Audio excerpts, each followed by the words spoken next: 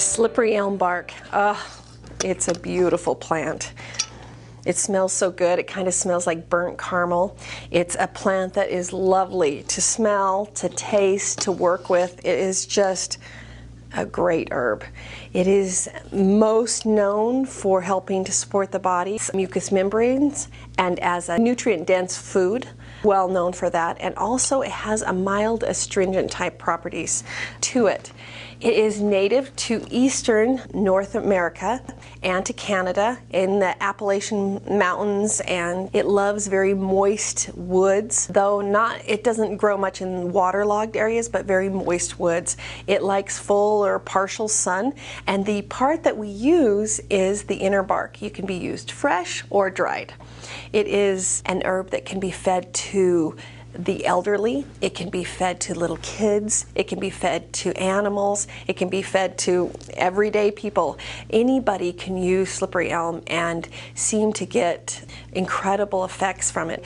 The story that comes to me most that describes slippery elm and just the miraculousness of this plant is the pioneers during Hans Mill. A little guy got his hip blown out by a musket, and the mom didn't know what to do, so she prayed and prayed what to do for her son so that he could walk again or she could save his leg. And she got the message to take slippery elm bark and pack his leg with it, and she sure did. She packed his hip socket with it, and it repaired and kind of grew a type of a sinew in there, and that kid walked after that. That's a great pioneer story, but tells you just how much we really need it for little things in our. If it's that effective for that big thing, it must be so effective for everyday life. It is one of those herbs that is almost taken every day in our household. It's a big old tree, and you harvest the bark when the tree is at least 10 years old. If you strip all the bark off of it, then the tree will completely die. In the early 1800s, this slippery elm almost became extinct because they used so much of the slippery elm bark. It can still be threatened by logging and some land development and poor harvesting techniques, so it's good to get the information out there on how to harvest it well. Also, Dutch elm disease isn't favorable to this tree, so sometimes that also makes it so it dies off. It has a bland flavor, but very mild, hint of like that burnt caramel. It's just one of the loveliest tasting herbs that there is. Native American Indians ate the inner bark of the slippery elm tree, and they made tea out of it. They used it for poultices and healing wounds and for extraction of foreign objects, and you can make a poultice out of it and put it on a sliver or something, and it actually helps to stick to it and kind of pull it out. It's also used as a toothache type of remedy. You mix it with a little bit of other things like a little bit of olive oil, a little bit of water, mix it, and then you kind of make a paste out of it, and you put it right there on where the tooth hurts to actually kind of pull out some of that and make it feel better almost like immediately. It was also used for coughs and for skin conditions and even as an eye wash. The early Americans, they used it as a natural Band-Aid. They called it a natural Band-Aid. It was used, made into a pudding for food and as a thickener, but also as a survivalist type of food. George Washington's army survived on slippery elm porridge for 12 days. 12 days, that's all they ate, was a little bit of milk, a little bit of water, and slippery elm bark. The army doctors would use it for gunshot wounds. It was used in the War of 1812. They would feed the inner bark to their horses. And also in the 1860s, Civil War, it sustained the soldiers for weeks. It's been used as skin washes, as teas to help waterproof canoes and baskets and even homes.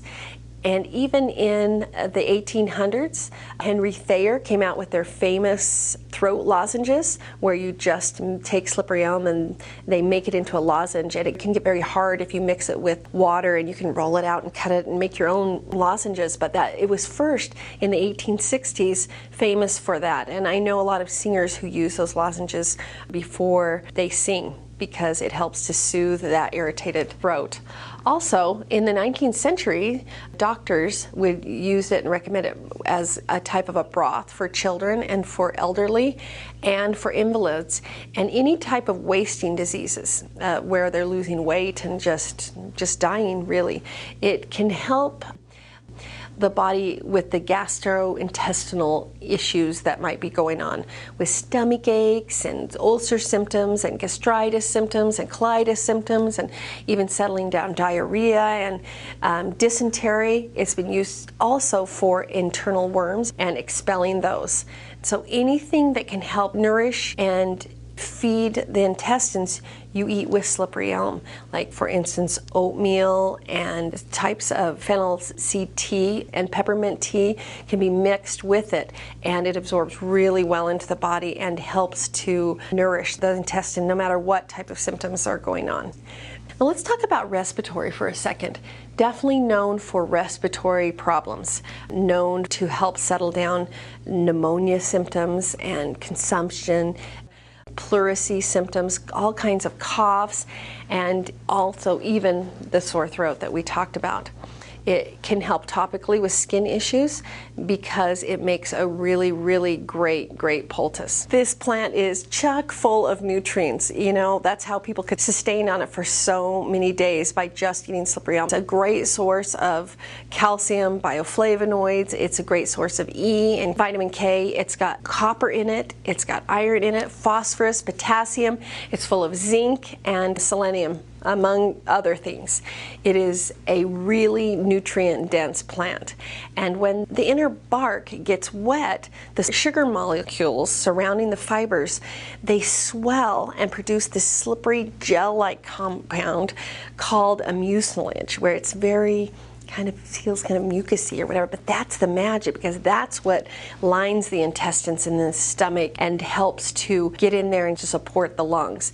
And that's the magic of it. If you use even a little teaspoon of it in a little cup, it like puffs up really big and gets much bigger and absorbs that water really, really well, or absorbs a lot of it.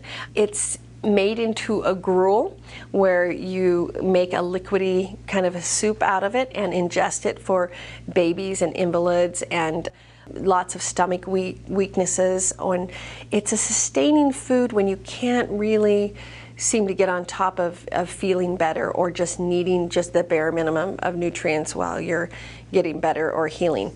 It settles down diarrhea in the body, but it also can help with constipation because it's very slippery and can help the waste move through the body more efficiently. It's really great for that. It has a similar nutrient content to oatmeal. Oftentimes the gruel will be mixed with oatmeal and with slippery elm together to make it really an incredible gruel. Do not underestimate this gruel. It is so powerful. If you're having stomach issues or intestinal issues, just get everything else out of your life and start with slippery elm and oatmeal, and not thick, I mean thin. The oatmeal needs to have cooked for 2 or 3 hours. The slippery elm is mixed in that warm liquid, and you eat it, and it's very nourishing. We have seen people really in hard shape tend to bounce back when we started them just on gruel in getting their stomach lining to somehow settle down. It's also known as an energy enhancer. It can help give you a little bit of energy because it helps support the adrenal glands. That a lot of people have adrenal gland exhaustion, where they just burn the candle at both ends and they just never seem to get really rested. And so this is a great herb for that. And this also helps the body break down dairy. So if you have a little bit of dairy intolerance there, that's a good thing. It's used for soothing and healing the skin. It's considered one of those contact healers. It soothes and coats and draws out impurities from the body. It also can help the body absorb all kinds of poisons and buffers inflammation in the body. Like any kind of itis is a type of inflammation, so symptoms associated with bronchitis, arthritis, conjunctivitis, cystitis. It's got any kind of inflammation, it helps the body settle down those symptoms.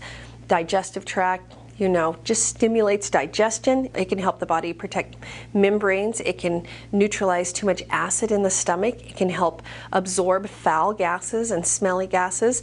It can also lubricate, soften the elimination process, and so it comes out more easy. And it's really, especially with elderly people, that is really, really helpful.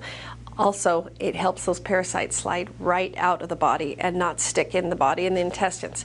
It helps support good bacteria growth, which is really, really important. It is food for good bacteria in your body, and so it can help your intestinal flora get back to normal. With the lungs, it just supports all of the respiratory tracts. You know, we talked about all type of lung issues or lung symptoms, and anything with the lungs, it seems to help with the digestion, lungs, and it is one of those things that you almost, it's so subtle that you think that it can't work as well as it does, and it really, really works well. It's that mild astringent, it's got that antioxidant that gives us lots of antioxidants, that gives us lots of nutrients, and then it also binds substances together like poultices and things like that, and works really well with other herbs. There's a digestive type formula that we use, and it's 1 part slippery elm and 1 part comfrey and 1 part golden seal root and then some aloe vera gel, and it's mixed together and drank for any symptoms associated with problems in the esophagus or things like that, and for really severe type of discomfort in the area, and it works really, really well. It tastes awful, but works really, really well. And slippery elm is an important part of that formula because it binds them all together, keeps them together, and kind of coats the side of the intestines all the way down of the esophagus and into the stomach and that area. So how do you use it? You can use it in juice, you can use it in applesauce, you can make your own little pudding out of it, you can use it in gruel. Make it with gruel. You can just take a teaspoon plus some honey and a pint of water and mix that together, and you can use just the powder, and the powder is different colors. It can be kind of more grayish, or it can be kind of a fawn colored, tan color, depending on when they harvest it. It just depends on where you're going to get it, but it's almost always this beautiful, beautiful kind of beige color here, this fawn color. It is mixed into teas, into soothing formulations. It can be used in an enema. It can be used for settling inflammation down for a douche, and if you use plenty of water, and also you can make it into a bolus or a suppository. Definitely put it in your cough syrup because it makes the other herbs stick right through to your throat and down where that gives you that cough sensation. It's a great little herb for that. Probably the biggest thing with it we have seen is babies and elderly people. I just remember this poor baby was headed into surgery because she had such bad acid reflux, and they gave it slippery elm, and they gave it some other things like peppermint tea and some other herbs, but the slippery elm was a big part of just settling down the acid reflux that happened, and the body was just producing so much acid. And it's one of those situations where it's pick an herb, any herb. Lots of herbs are good for you. Lots of herbs have lots of good nutrients, but there's certain ones that we keep going back to, and slippery elm is one of those. I challenge you to make some lozenges and some poultices and smell it and eat it and give it to your animals and your loved ones, and see how it can be beneficial in your life.